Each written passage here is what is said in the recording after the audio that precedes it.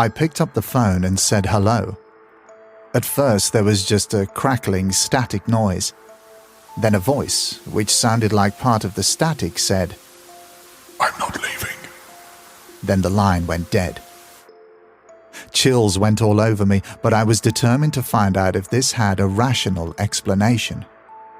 I went back to the other office and waited outside for Darren to arrive with the keys.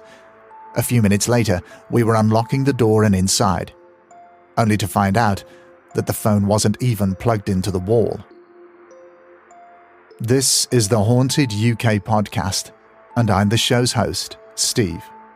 And that was an extract from Working with the Unknown, a terrifying tale about a listener's experience in her nighttime workplace. One of the many true cases we regale and present to you on the show.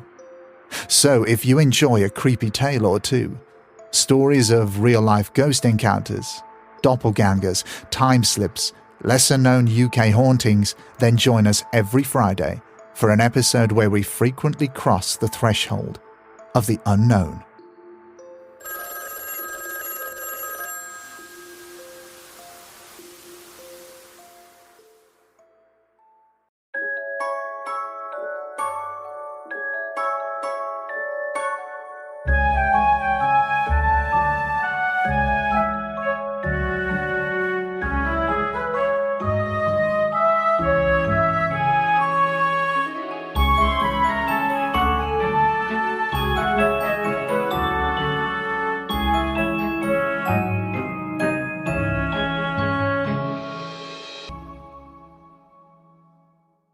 Reflection. I have a photo of a young woman in the 80s in a pink gown with shoddy paintwork all around, cradling her new baby to her breast, nuzzles the cub now hers. It is the beginning. That baby grew up and had babies of her own, but before then she cradled this woman, her mother, to her chest, willing to let her go. In a hospital bed at home, in the end. She was there at my beginning, and I was there at her end.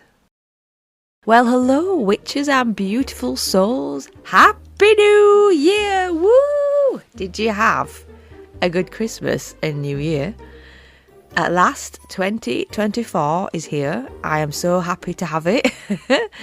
Put the tree away today, and I was like, yes.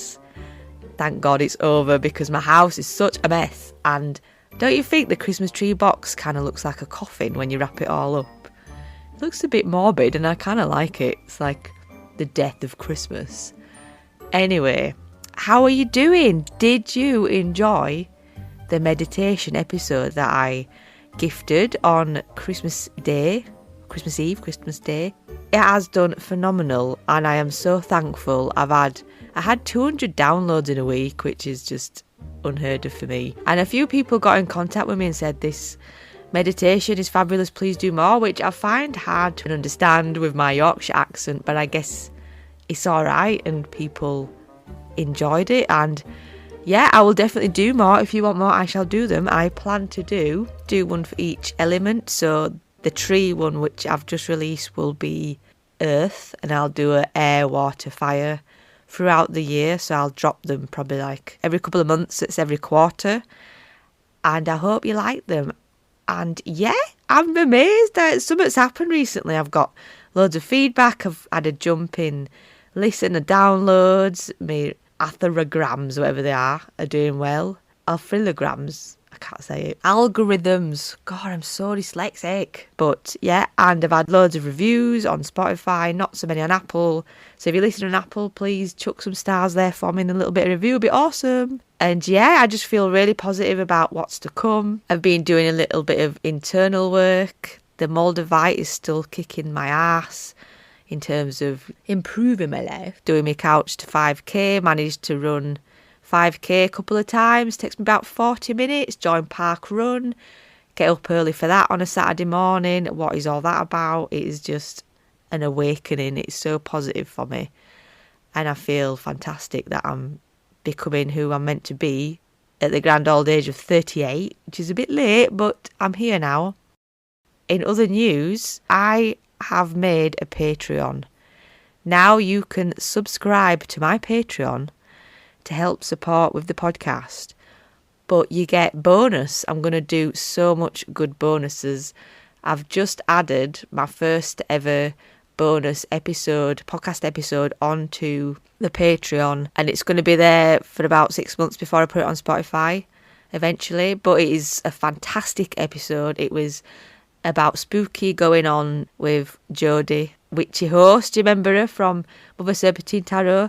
She organised a fantastic local ghost hunt, and the results at the end were absolutely out of this world, and I cannot tell you how big a deal it was to me to witness what I witnessed and being part of it.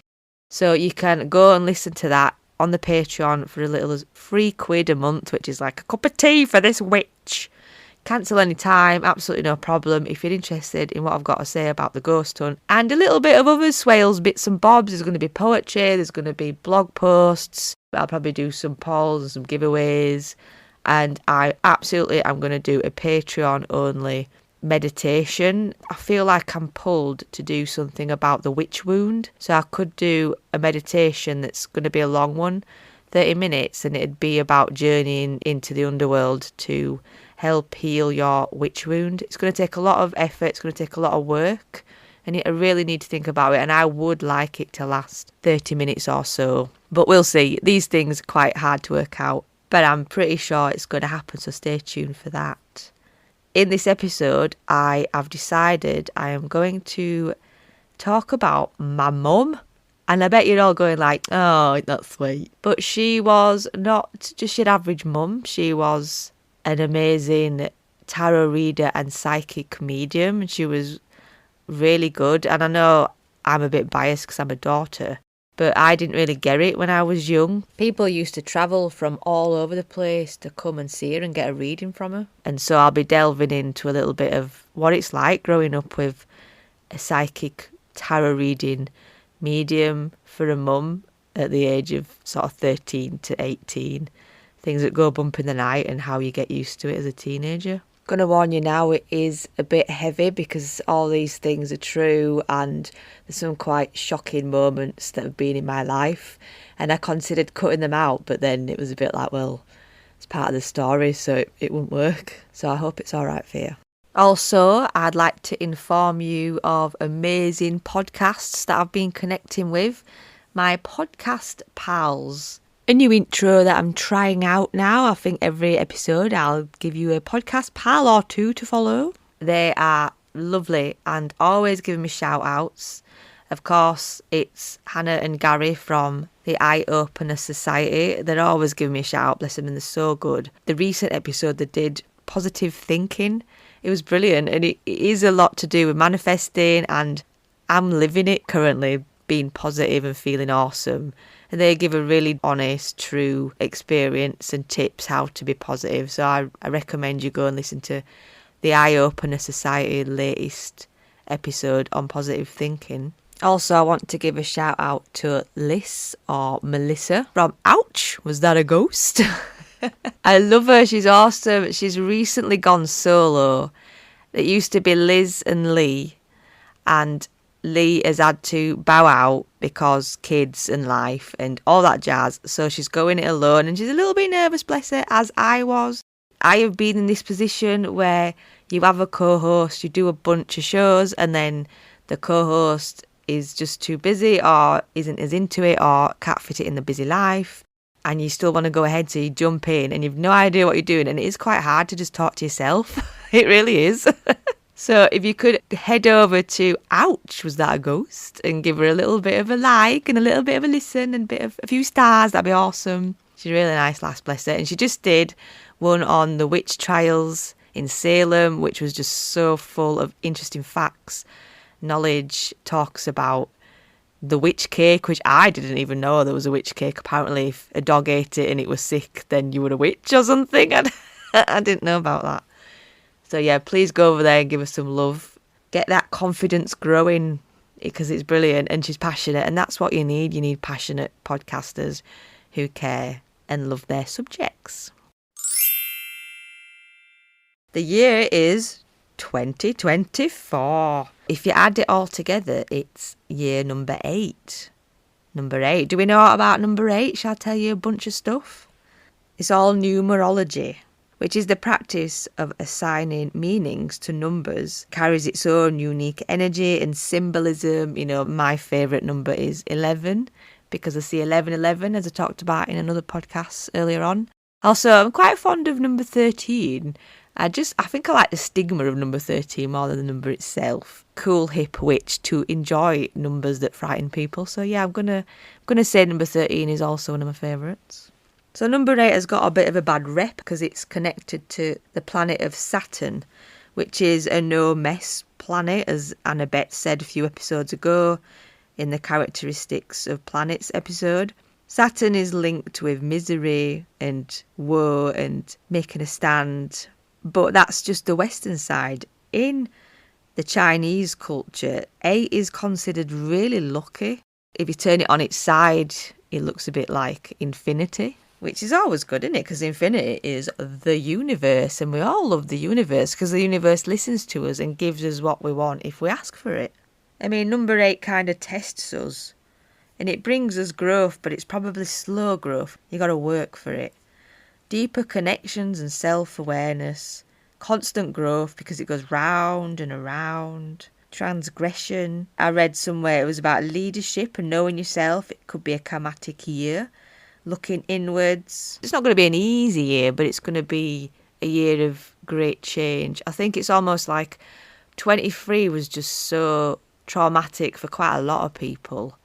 Lots of stuff went on, and it's almost like 23 has moved space for 24. It's like cleared the road for year 24 to come along and help people recover and improve and evolve from the shit tower moments of 23. So I do think it's going to be a busy year, a year of expansion and a year of karma, and maybe just giving up with people and stuff that isn't serving you anymore, being like, do you know what, I tried, it ain't working, walking away from stuff. I do feel 24, it's got a lot of that. It's got a lot of like holding your hands up and going, I tried, I'm going to do something else, this is obviously not for me, and having that passion and the balls to do that, you know, having the drive, having the bravery of holding your hands up, saying failed but not really. I absolutely believe that. Ooh, shall we have a look at the tarot? 8's in the tarot. The 8 of Cups is new purpose, changing attitudes, moving on. 8 of Wands is travel, excitement, opportunities, life speeding up. 8 of Pentacles is getting things done, new skills, learning, responsibility, growth. 8 of Swords is trapped up as a lack of it. Yeah, bollocks to Swords. We're not looking at 8 of Swords because the Swords is just the bullshit. It's the bullshit suit, and I never really like swords, so I'm just going to ignore the swords. But yeah, the other 3 are pretty awesome. I also saw this thing on TikTok, and it was about parallel lines that we're living on as the 3D and the 5D. And they've been running next to each other for a few years. And this is the year the lines are going to part and go separate ways. So humanity is going to either stay on 3D, carrying on, or the ones on 5D, which are like having an awakening. You know, the whole figuring out we're in the Matrix and we're seeing glitches and we're witnessing the Mandela effects and not accepting them and stuff like that. I think the 2D and the 5D timeline thing is really interesting and absolutely worth you looking into. Just a little bit of food for thought there. I was thinking another Patreon thing could be my TikTok discoveries of crazy shit that makes me go like, what the fuck? I could do like a what the TikTok?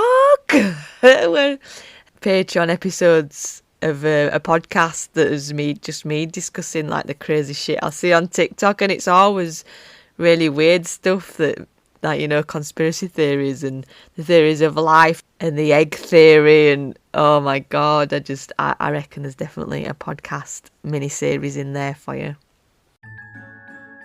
Hello lovely listeners, I just wanted to stop the podcast for a moment and tell you about this wonderful new online community I've discovered just recently. Pagans of the North online magazine is a network for pagans, witches, heathens and others on similar paths in and around the north of England. providing a free online magazine, a blog, a directory and other resources on the website, as well as online courses, offering free advertising for businesses and sellers, highlighting the north of England but read by people nationally and internationally. It's a great place to find magic in different businesses or connect with like-minded souls, speaking about being a pagan and a witch in the 21st century, as well as all the centuries ago. Every issue is unique and absolutely beautiful. You can subscribe at pagansofthenorth.co.uk for early access to the magazine, news and events coming up, as well as other little sneak peeks and Easter eggs. This is a free magazine, so it's entirely run by volunteers who would love to connect with you. Got a business you want to advertise? Then give us an email. You can email us at pagansofthenorth@gmail.com, and we're always looking for people to write stuff in, from poetry to a subject you're passionate about to a blog post and all kinds of magical subjects. Come aboard, join our little community, make friends and unearth some more magic in your beautiful pagan life. Anyway, now for the main bit of the podcast, which I'm going to tell you about growing up with a psychic mum. My mum was called Alison, and she was a big lass. I mean, she was like maybe 25 stone and about 5'11". And she was known as the happy fat woman, I think, which is kind of sad. But she was also known as a fantastic tarot reader and medium psychic. I have so many memories of being out, or I'd be at a shop about to buy a secret present and she'd ring me up and go, I don't want that, whatever you're buying, I don't want it. And I've been told by spirits the wrong thing, try this. That actually absolutely legit happened. I was queuing up in Argos, I think it were a statue figurine of a geisha girl that she used to collect, and she rang me up as I were about to pay and went, no, it's not that one, it's this one. I mean, this is impressive because it was the days before you could track yourself and others on iPhones and other phones. Yeah, I had a mobile phone, but it was one of those terrible ones that were black and white and you could only read one message line at a time. Can you remember those days? They were marvellous days. We had lots of privacy back then. But yeah, back to the story. A lot of it would have been intuition connected with a daughter, of course it would, but some of it just wasn't. Some of it was just uncanny and bonkers at the same time. Alison was an only child to Doreen and Raymond. She was born in 1965. From what I gather, she was quite a rebel and she was jumping out of windows at midnight, scrambling off to parties and all kinds of weird stuff. Because her mum and dad was quite older. They were in the mid-40s when they had her. And they were, of course, they'd lived through the war, so they were of a completely different generation. My mum was into AC/DC and Whitesnake and wore denim, and she got into tarot reading in her teenage years and loved it. She was just so good at it. So everywhere she went, she'd have a pack of tarot with her. And she'd do oracle as well, although I don't have many memories of her using oracle that much. She absolutely was a hardcore tarot reader. And I think she naturally met people who were also really spiritual and passionate about divining and spiritualism. And I think around her at the time, around the location where we lived, where I grew up, there must have been quite a big spiritual society around her, because I don't really know how else she would meet people like that, because there were no internet back then. I have memories of coming home and there just being a house full of people around a table, and she'd be there with spreads out. And the way my mum did it, she used to connect to spirit via tarot, and they would kind of help her communicate the message. So for a long, long time, I thought you could only read tarot that way. You know, it was like a mediumship tool and it helped you to connect to spirit. I didn't realise you could use tarot just as an everyday tool and just use your intuition-led, whereas I don't think my mum did that. I think spirit told her. Well, perhaps not told her, maybe advised her, or she'd get certain feelings. I mean, we all know that tarot it can mean different stuff at different times. And yeah, I think spirit guided her heavily on tarot readings that she did. She was really good at psychometry. She could hold a ribbon or a ring or a photograph or a chain or a hat and get messages for people, and they'd be astonished at what she told them. She had a bookcase full of decks, tarot and books, many books, bones, crystals, runes. I didn't get any of it. I didn't really care about it. I didn't respect it. I didn't want to know it till I was a bit older. When I was young, I used to be a bit frightened of it because I used to live in a top floor flat and I used to hear a lot of stuff when I was a kid. Voices and bangs and the usual stuff that's probably other people, and the wind and a young person filling gaps with the imagination and too many horror films and stuff like that. But I don't think all of it was that. Definitely some of it was my mum's spirit stuff.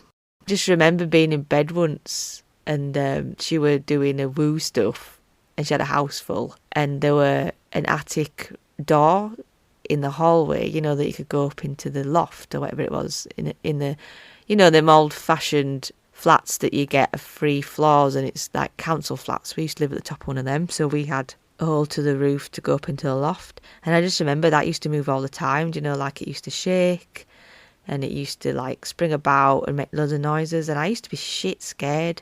It wasn't windy, do you know what I mean? It was just moving and it always moved. And I remember once I was dusting my TV when I was a kid doing my chores and I thought she'd come up the stairs. I heard her come up the stairs. I felt her tug the back of my jumper twice, like 1, 2 really, you know, like getting my attention. And I turned around and she wasn't there.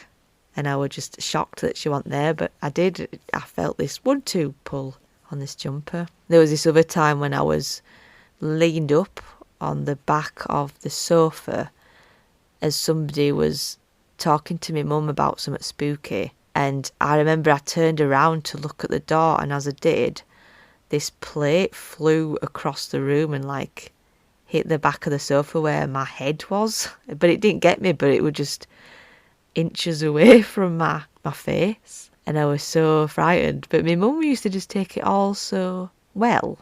She didn't ever react. It was just like, oh, that's just spirit, just ignore them and messing about. It's just amazing. I mean, she did have a fascination with ghost hunting, just like I have now. She used to take me ghost hunting with her and all the mates in the car. And we used to go up to Saddleworth Moor at midnight and sit in the dark with the lights off and wait for stuff to happen. And I just think I was really young when she was doing this. I can't remember how old I was. I must have been an early teenager. That in itself just makes me go like, what were you doing? No wonder I had issues. Alison, that's a bit questionable, taking your young daughter up to Saddleworth Moor to look for the ghosts of the missing Saddleworth children. It's quite a bit dark, that, isn't it?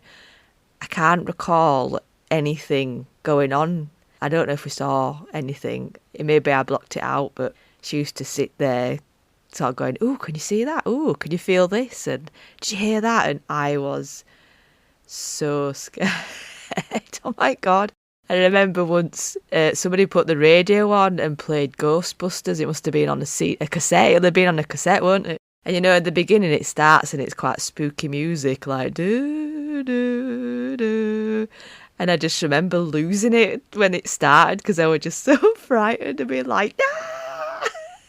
And jumping all over the car and they're going like, oh, that was too far. Yes, perhaps we should take her home and put her to bed. Oh, let me have a think. What else? Things going on and off, TVs, music going up and down, you know, like the volume. It was weird. And I kind of wish I'd engaged in it more. I mean, I was very scared, probably until the age of about 15, I reckon, when I started to understand it a bit more. I remember once coming home from school, being on my own, must have been about 15, and I was cooking some beans on the hob. And above the cooker, there was this huge poster of a geisha girl. You know, these geisha girls, she were obsessed. Such a 90s chick. The TV was on and I think it was just some junk that I wasn't really interested in. And I heard my name. Somebody went, Emma. Like they wanted to know what we're doing. And I kind of stopped stirring and went, huh? And I went, nah, and just carried on stirring because it was obviously the TV. And then again I heard, Emma, like, come here quick, like beckoning me over. So I thought, oh, it's a bit weird. So I stopped stirring my beans and I went round the table to the door to glance at the TV. And I swear down, as soon as I got to the doorway and I glanced at the TV, this huge A1 piece of art in a frame crashed, smashing into me beans on the stove. And if I'd have been stood there, it absolutely would have smashed on my head and it would have been a trip to the A&E. It went with such force. And I honestly believe that was spirit protecting me. And I think that might have been a catalyst moment when I started to realise, oh, actually, I'm being protected here from the other side. And that was just a beautiful thought. She had loads and loads of decks. She was definitely a deck collector. But she had only a select few that she used to use all the time. The tarot she used was the Rider-Waite-Smith Cosmic Tarot, and I think that was one that had stars in it, like film stars. And then she had Mythical. Mythical was an absolute favourite, and she used that all the time, and it was black, and it were all Greek mythology, and it would just sew her deck.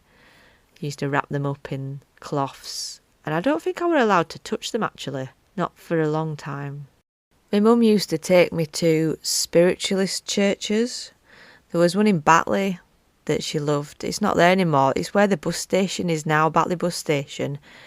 Don't know if anybody remembers it. There used to be this tiny little house, like on its own, stood next to the main road.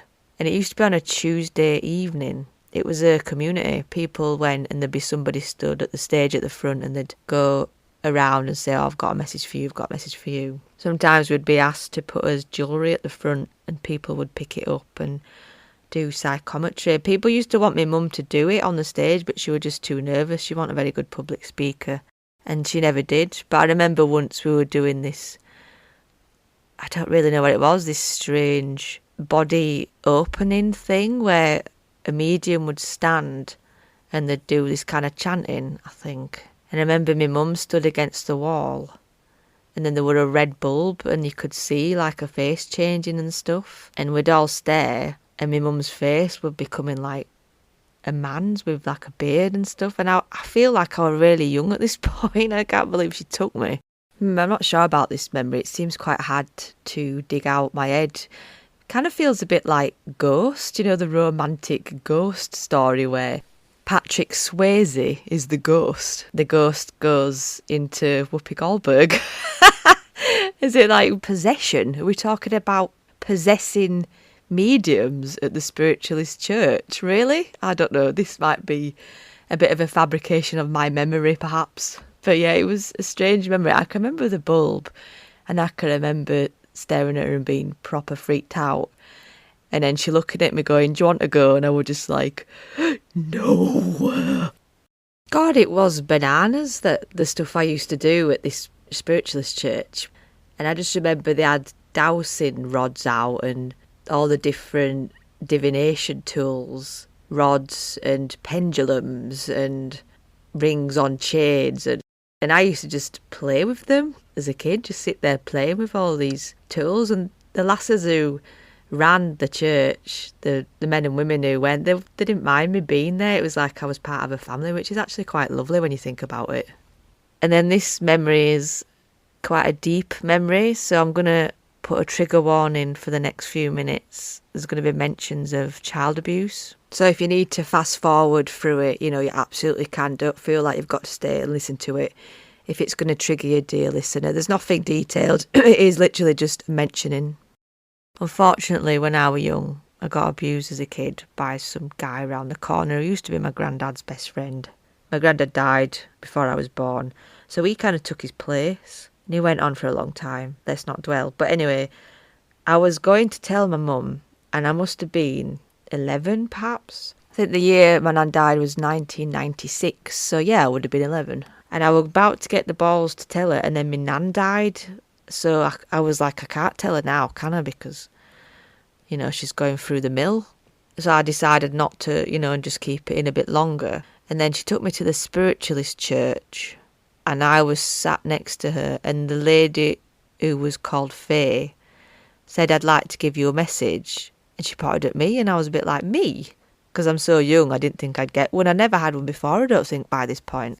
She said, "Yeah, it's definitely for you." She says, I've got an old lady here who's just recently passed, like so recently. And she's got a really important message to tell you. You've got a deep secret that you need to tell somebody. You've got to say what you need to say, what you was going to say, and then you changed your mind. It was definitely something like that. I mean, it was such a long time ago. It's hard to remember exactly. And I knew straight away what she was talking about. And she said she can't believe how important it is that you've got to tell people this message that you know inside. She was saying people will believe you, but it'll change everything. And it's so important that the sooner the better. I mean, and by this point, I think I was crying. And my mum must have figured it out because she was looking at me all concerned. And then I think that was all I got in the message. So that was it. She moved on. And then the day after, it all came out and the police were called and there were like all kinds of shitty law stuff. But it's because Spirit came to me at my mum's spiritualist church that my abuse finally got talked about. How huge is that? Do you not think that's just really massive? Because my nan died and told me to be brave and tell my mum. It's like she had to die to do that almost. It's just, it wrecks my head if I think about it too much, honestly.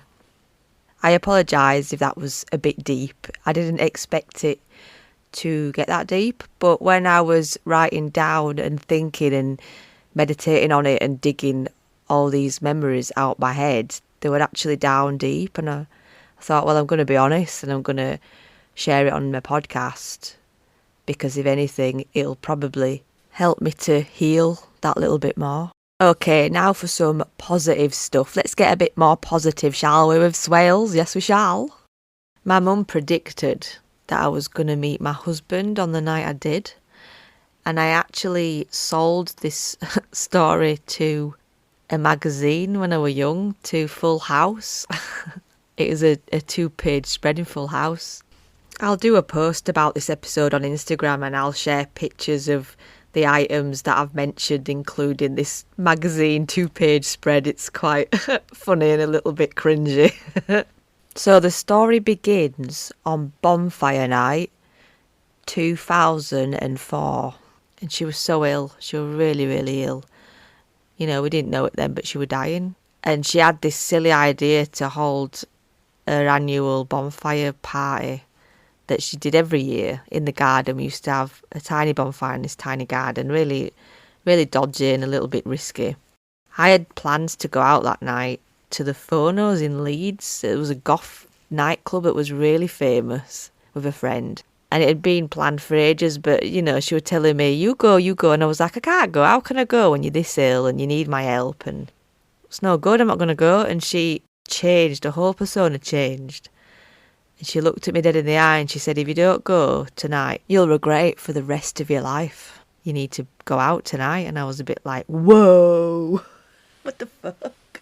I took it seriously and I went out reluctantly, forgetting all about what she'd said when I was there because I was just pissed off. I wasn't having a good time and I was with a friend at the time and she got really drunk and disorderly and was trying to get off with all these dudes and I was, trying to keep her safe and just looking generally goth and pissed off. And there was this man there who were eyeing me up for ages and then came over and said, do you want a drink?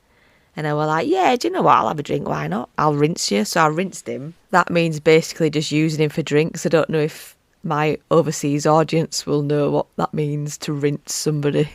And then when the time came to go home and my friend had spent all the money and was really drunk and disorderly, and I was panicking because I was only young and I obviously didn't have any cash saved. And this guy came up to me and just gave me 20 quid and said, there you go, get home safe. And I was just like, oh my God, I've been such a bitch to you all night. I'm really sorry. Let me pay you back. Give me your number and I will absolutely pay you back.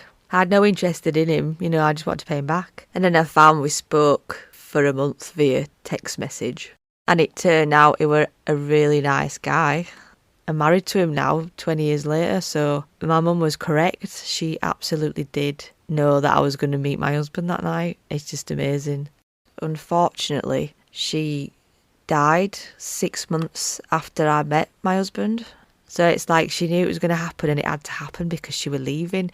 I always think my mum knew she was going to die early because she had this amazing life insurance. It just kept paying out. It did really well. It's like, who has life insurance like that? You're not even 40. She died 2 weeks before her 40th birthday. I think she knew it was coming. She used to often say that I'd have 2 babies, although I don't think she said if they were girls or boys, but she knew I'd have 2. Can people see the future past their own death? I mean, that's quite a deep thought in itself, which I only really thought about a few years back. Maybe while you're on this planet, you can only see the plane of timeline that you're on, and everything else gets a bit fuzzy after you leave your mortal coil. When she died, it wasn't sudden, but we knew it was coming. And when she got her diagnosis, it was like stage 4 stomach and esophagus cancer, and it got all around her body and in the lymph nodes. And everybody knows when it gets there, there's no hope. You're done for, aren't you? It's curtains. She lost the plot a bit and she were trying to gain control, but she were happy I'd found my husband, and I got engaged to him in the April, and she died on the 2nd of June. And I just remember when I were getting all the bills and stuff. You sort out people's finances, don't you? You get made the executor of the will. I mean, I were only 19. I had no idea what I was doing, but I just remember going through all the bills and the phone records, and she'd spent loads and loads of money, on these terrible premium number phone calls, apparently ringing psychics, who I guess she were hoping would say she ain't gonna die. It's so weird. It's kind of like it's funny, but it's not funny, but it is funny. I just got this phone bill and it was like 500 quid. It was just astonishing. And I could just imagine her going, well, she could fucking deal with it because I'm going. Just her all over, that is. And like when people die and you're the only child and the only bit of family left, all the shit you inherit is just mind-blowing. She bought the house, so I inherited it and everything in it and its contents, the little bit of savings that she had. Nobody really talks about what you do with all this stuff, because some of this stuff was really personal. What do you do with that? What do you do with personal belonging? That could be a podcast in itself.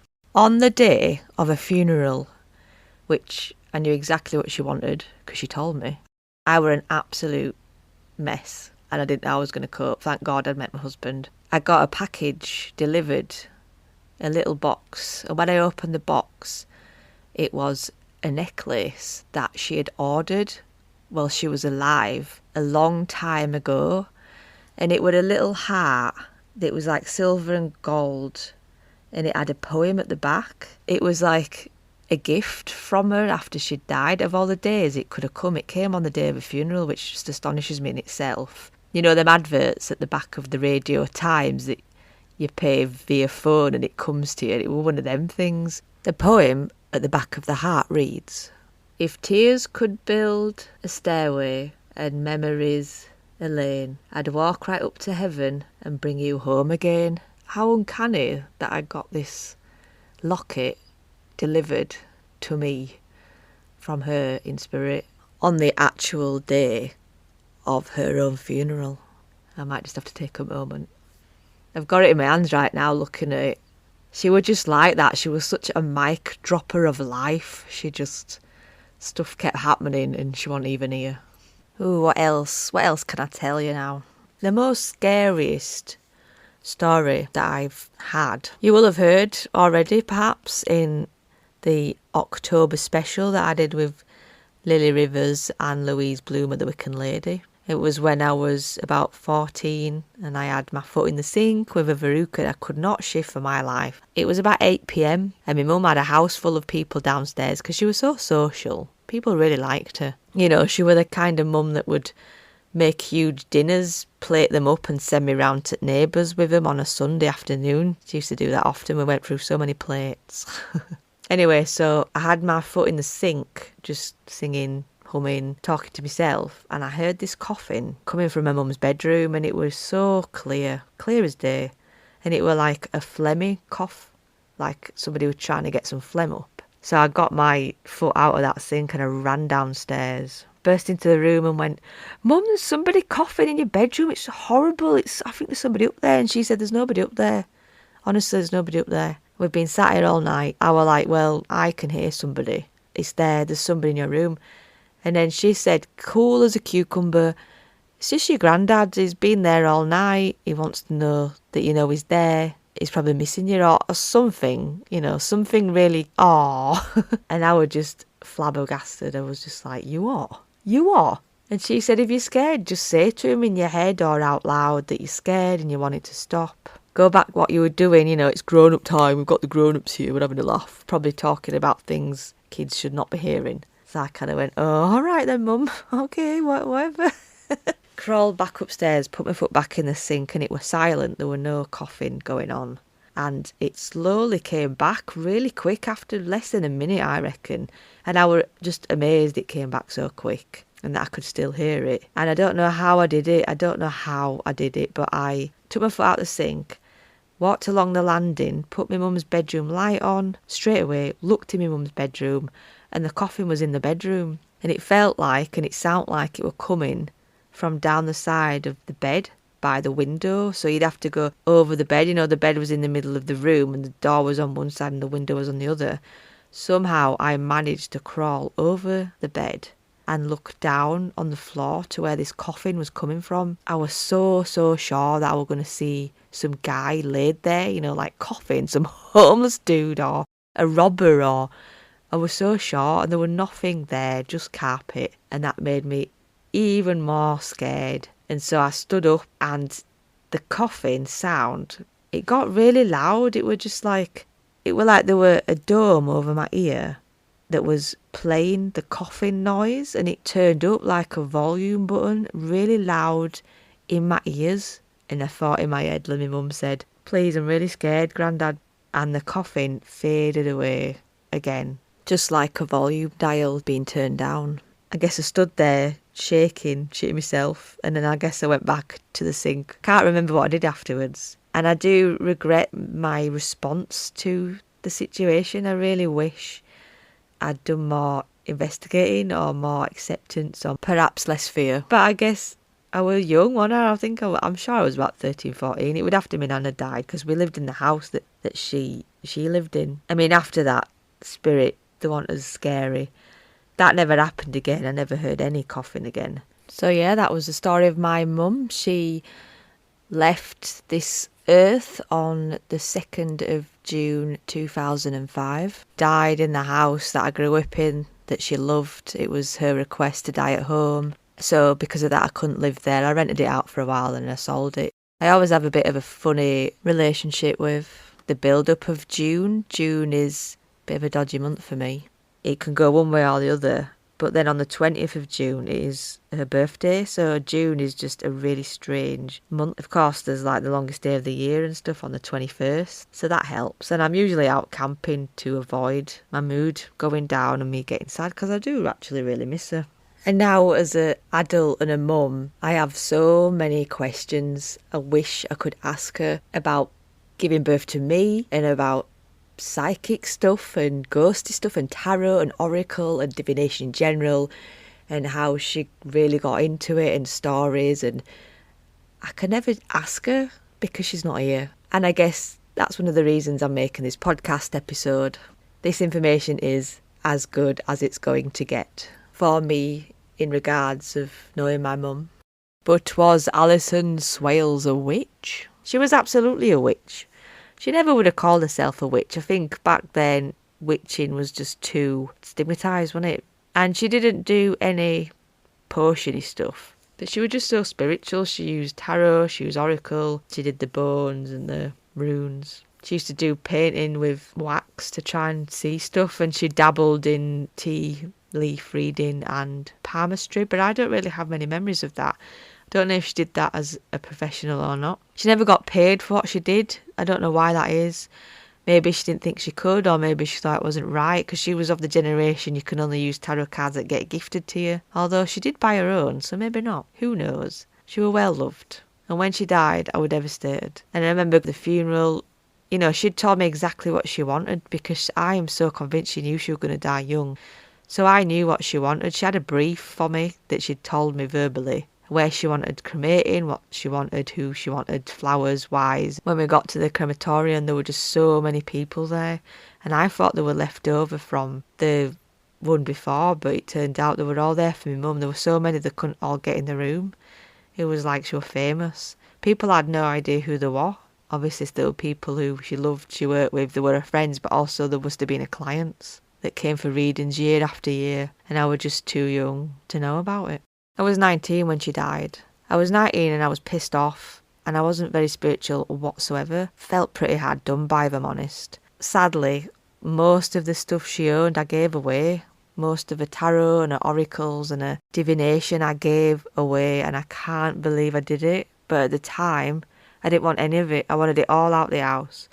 I kept a small box of stuff she loved. This included all the favourite decks, Cosmic and Mythic and Rider-Waite-Smith, one pack of rune stones, Psy cards, which she loved, an amazing deck called the Gypsy Fortune deck, which is phenomenally good, and I only do it twice a year because it is that good. They're square cards that you turn around and they make pictures, and the way the picture is directed on an arrow, so each card has 4 different meanings, but it also has meanings as to where it is on the spread, so they're really in depth. They are so good. I think you can still buy them. I think they're still being made. The Gypsy Fortune Telling deck, I think it's called. A square card that's got 4 pictures around it, you know, like across diagonally down the middle, and 4 halves of a picture, and then you turn them and it makes a picture. My mum's are from the 80s. In fact, most of the cards are probably 80s, early 90s. Probably worth a bit of money. I'd never sell them, ever. And I think that's why I became quite good at buying and selling decks, because in lockdown I opened a Depop shop called Clothes and Curios. Basically, it was just stuff I liked that I wished I could keep and I had no room for.